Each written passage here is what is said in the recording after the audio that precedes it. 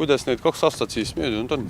No 2 aastat on möödunud väga tihedalt selle tõttu, et kui see maja valmis sai, siis 97 inimest said korterid ja peaks ütlema, et tegelikult enamus, 99% on siin edasi jätkavad elamist, aga üksikud on läinud siit ära, kes on saanud endale juba siis korteri või on abiellunud ja on saanud endale suurema korteri üürida. Aga mis muidugi teeb murelikuks see, et meil on praegu ikkagi 70 inimest järjekorras, kes ootavad. Ja kui meil see vabanev korter on siin olnud, siis on ikkagi väga mitmed soovijad sellele korterile.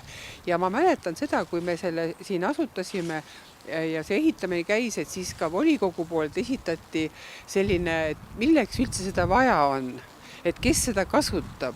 Ja arupärimised olid ja sõnavõtud olid opositsiooni poolt, aga see on väga omaks võetud ja väga populaarne ja väga hinnatud. Isiklikult ma olen rääkinud lastehaiglas nende inimestega, kes on korteri saanud, nad on väga tänulikud.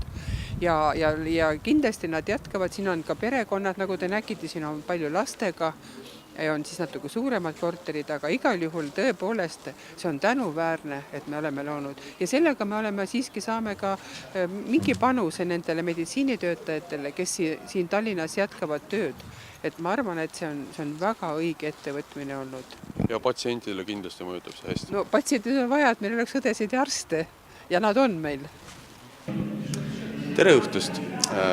Kuidas teile meeldib siin majas elada? Meile väga meeldib siin elada. Siin on väga mugav elada. See asub meie jaoks heas kohas ja kõik vajalikud tingimused heaks eluks on olemas. Kust te olete pärit? Mina olen Valgast pärit. See maja sai 2-aastaseks täna. Et kui kaua teie siin elate?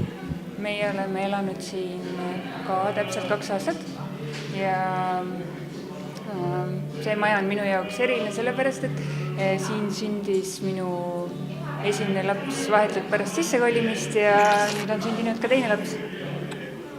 Ehk siis tingimused on head ja te olete rahul? Ja nagu kõik heaks eluks vajalik ja õnnelik olemiseks on olemas. Täna on tegemist naistepäevaga, aga lisaks sellele, et täna meil on naistepäev, on meie arstide ja õdede kodu 2. aasta sünnipäev. Ja täna meie seda sünnipäeva siin tähistame, kuna meie arstide ja õdede majas valdavalt elavad naisterahvad. Muidugi on siin õnneks ka mõned mehed, aga valdavalt ikkagi naisterahvad, nii et me koos sünnipäevaga tähistame ka naistepäeva. Meil on siin täna kooki, meil on lilled meie meespere poolt ja meil on siin ka loosimine, nii et üks õnnelik perekond, kes siin saab loosivõidu, saab spaakutse. Aga loomulikult igale ühele kook ja igale ühele õnnitlused. Kas soovijad on palju siin elada? Siin meil elab kuskil 77 perekonda.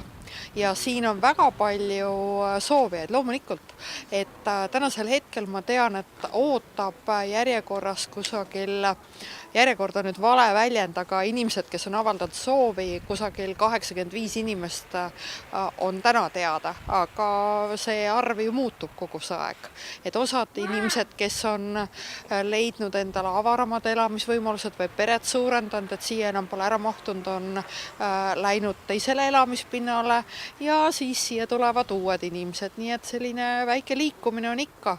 Aga alates sellest hetkest, kui meie maja avati, on see väga populaarne ja seda sellepärast veel, et siin on küll väikesed elamisruumid, siin allkorrusel on võimalik hoida ju vankreid ja jalgrattaid ja mis on ka tähtis, et kui ei ole omal toas pesumasinat, pole katki midagi, meil on all niinimetatud pesuköök, kus saab pesu kuivatada ja pesu pesta.